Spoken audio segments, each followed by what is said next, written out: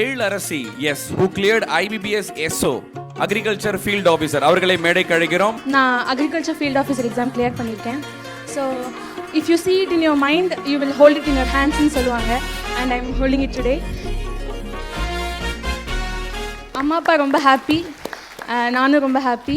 Exam clear ஆகாதப்போ நமக்கு தோணும், நம்ம எதுக்கு இந்த மாதிரி காம்படிட்டிவ் எக்ஸாம்லாம் படித்து லைஃப்பை காம்ப்ளிகேட் பண்ணிக்கணும், ஜாலியாக இருக்கலாம், இதெல்லாம் எதுக்கு கஷ்டப்படணும் அப்படின்னு தோணும். எவ்வளோ படித்தாலும் சாட்டிஸ்ஃபேக்ஷன் இருக்காது, எவ்வளோ மோட்டிவேஷன் சாங் கேட்டாலும் பத்தாது.